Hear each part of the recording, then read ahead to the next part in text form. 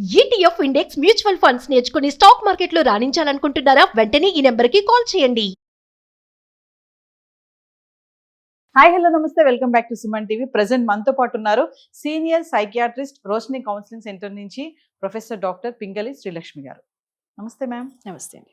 Madam, women's at the rate of 45 మాట్లాడుకుంటే 45 years తర్వాత చూసుకుంటే వీళ్ళకి కోపము, చిరాకు, ఫ్రస్ట్రేషన్ విపరీతంగా వచ్చేస్తూ ఉంటుంది. హస్బెండ్ మీద అరిచేస్తారు, పిల్లల మీద అరిచేస్తారు, ఇంకా రిలేటివ్స్ ఉంటే రిలేటివ్స్గా ఎవరైనా ఇంటికి వస్తే చికాకుగా ఉంటుంది, పని చేయాలంటే చికాకుగా ఉంటుంది, హెల్త్ పరంగా కొన్ని ప్రాబ్లమ్స్ ఉంటాయి. అంటే ఎందుకు 45 తర్వాత వీళ్ళు ఇలా బిహేవ్ చేస్తారంటే 45 తర్వాత బాడీ స్లో అవుతుంటుందండి. మనకి నార్మల్గా ఉన్న హార్మోన్స్, ఫీమేల్ హార్మోన్స్ బాడీలో తగ్గుకుంటూ వస్తాయి. ఎందుకంటే మెనోపాజ్ దగ్గర పడుతున్నది కాబట్టి. ఆ period which is called perimenopause అంటారు. ఇంకా అంటే పీరియడ్స్ వస్తున్నాయి కానీ మెనోపాజ్ దగ్గర పడుతున్నది ఇంకో 2-3 ఏళ్ళు అనేసరికి అది పెరిమెనోపాజ్ అంటారు. ఆ పీరియడ్ చాలా చేంజెస్ వస్తాయి.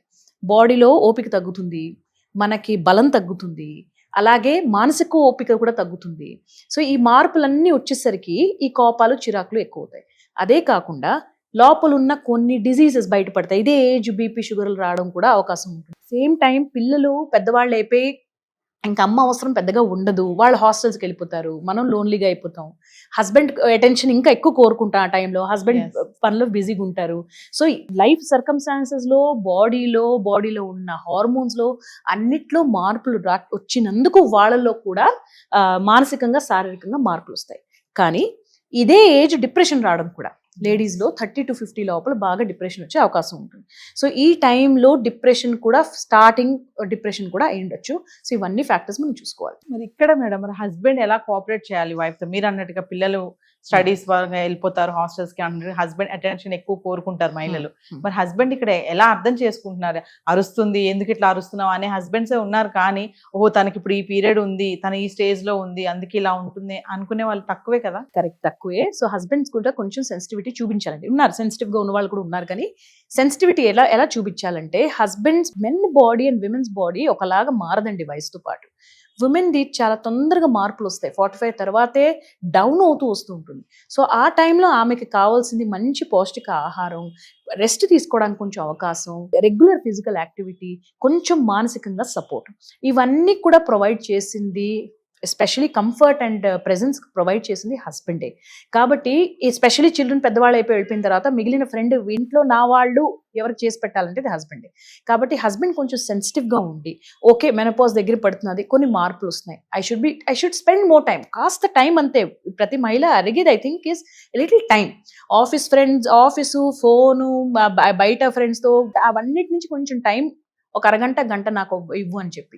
సో అందరికీ ఒక కపుల్ థెరపీలో ఏం చెప్తుంటామంటే, ఒక టైమ్ ఆఫ్ ద డే మీరు పెట్టుకోండి, మీ ఇద్దరు గురించి. పొద్దున కప్పు కాఫీ ఆర్ సాయంత్రం టీ కలిసి తాగండి, అరగంట సేపు ఒకరితో ఒకళ్ళు మాట్లాడుకోండి, అది చాలు. మెనీ లేడీస్కి ఆ మాత్రం టైంతోనే వాళ్ళు మిగతా టైం అంతా కూడా రోజంతా బితాయించగలరు. కొంతమంది అంటారు మేడం, మీరు ఇప్పుడు చెప్పారు చాలా స్వీట్గా ఉంది ఆ వర్డ్ మాత్రం, కలిసి కూర్చొని కాఫీ తాగమని.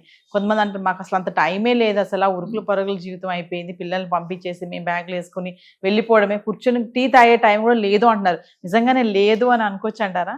లేదు అనే వాళ్ళు అనుకుంటున్నారు. కానీ మనం కష్టపడితే ఆ టైం కూడా మనం తీసుకోగలమండి. ఎందుకంటే దట్ ఈస్ మీ టైం. ఆవిడకి కాస్త టైం ఇస్తూ యాజ్ అ కపుల్ కూడా మీకు ఒక మీ టైం ఉండాలి కదా. ఒకళ్ళతో ఒకళ్ళు మాట్లాడుకోవడం, first days of marriage time మళ్ళీ ఇప్పుడు వస్తున్నాను, మీకు పిల్లలు లేరు, అప్పుడు మీరు ఒకళ్ళతో ఒకళ్ళు ఫ్రెండ్స్లో ఎలా ఉన్నారు, ఇప్పుడు మళ్ళీ పిల్లలు హాస్టల్కి వెళ్ళిపోయిన తర్వాత, ప్రొఫెషనల్ కోర్సెస్కి వెళ్ళిపోయిన తర్వాత ఇప్పుడు మళ్ళీ మీకు ఆ టైం అవకాశం వస్తుంది. కాబట్టి కొంచెం టైం అయితే ఇవ్వాలండి, కష్టపడైనా ఇవ్వాలి. సరే, ఉమెన్స్ కి 45 తర్వాత ఫ్రస్ట్రేషన్ వస్తుంది, కోపం వస్తుంది, మెనోపాజ్ అని అంటున్నారు కదా. మరి మెన్స్ కి కూడా ఉంటుందా ఏమైనా? అంటే 45 తర్వాత మాకుండవా కోపాలు, మాకు లేదా ఫ్రస్ట్రేషన్ అని అంటూ ఉంటారు వాళ్ళు. అంతే, ఉంటాయండి, తప్పకుండా ఉంటాయి. కానీ వాళ్ళల్లో వచ్చిన బాడీలో చేంజెస్ వాళ్ళకి పెద్దగా రావు. విమెన్కి హెల్ప్లెస్ అండి వాళ్ళు. ఆ టైంలో ఏంటంటే ఆ ఫీమేల్ హార్మోన్స్ అనేవి తగ్గుకుంటూ వస్తాయి. ఈ ఫీమేల్ హార్మోన్స్ ఏంటంటే మన బాడీకి, మైండ్కి కూడా ప్రొటెక్ట్ చేసి ఉంచుతాయి. అంటే హార్ట్ జబ్బులు రాకుండా, డిప్రెషన్, యాంగ్జైటీలు రాకుండా ప్రొటెక్ట్ చేసి ఉంచుతాయి. మెనోపాజ్ దగ్గర పడుతున్న కొద్దీ అవి మన బాడీలో తగ్గుకుంటూ వస్తాయి. సో మనకి టెండెన్సీ ఉందనుకోండి, మా అమ్మగారికే డిప్రెషన్ ఉందనుకోండి, నేను 45 yearsకి వచ్చాను అనుకోండి, నా కెమికల్స్ తగ్గగానే నాకు కూడా అది వచ్చే అవకాశం ఉంటుంది. కాబట్టి ఇట్స్ రియల్ జెన్యున్ గా ఇది ఒక ఫిజికల్ హెల్త్ ఇష్యూ. సో అలా చూస్తే వాళ్ళు కొంచెం సింపథెటిక్ గా చూడాలి. మరి ఒక్కసారి ఫైనల్ గా మా వ్యూవర్స్ కి అంటే ఇలా కొంతమంది ఏంటంటే తెలిసి కూడా కొంతమంది సపోర్ట్ చెయ్యరు హస్బెండ్స్, ఇంతే ఇలానే ఉంటుంది నీతో నవ్వదు నాకని చెప్పి వెళ్ళిపోయే వాళ్ళు ఉంటారు. తర్వాత ఆవిడ ఇంకా డిప్రెషన్ లోకి వెళ్ళిపోయి మీరు అన్నట్టుగానే సూసైడ్స్ వరకు వెళ్ళిపోతారు. అలాంటి హస్బెండ్స్ కి ఏమైనా చెప్తారా? హస్బెండ్స్ కి ఒకే మాట అండి, వైఫ్ హ్యాపీగా ఉంటే ఫ్యామిలీ ఎంత హ్యాపీగా ఉంటుంది. ఆ వైఫ్ హ్యాపీనెస్ మీ చేతులు ఉన్నప్పుడు మీ హ్యాపీనెస్ కూడా మీ చేతులు ఉన్నట్టు లెక్క. So give a little time ఆవిడ అడిగేది. ఇప్పుడు ఏంటంటే ఇద్దరికి కూడా ఒక ఏజ్ తర్వాత ఫిజికల్ యాక్టివిటీ అవసరం.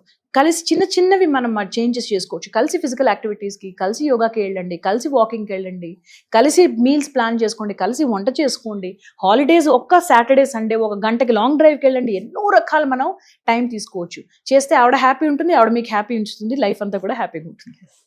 Thank you ma'am. ఓకే.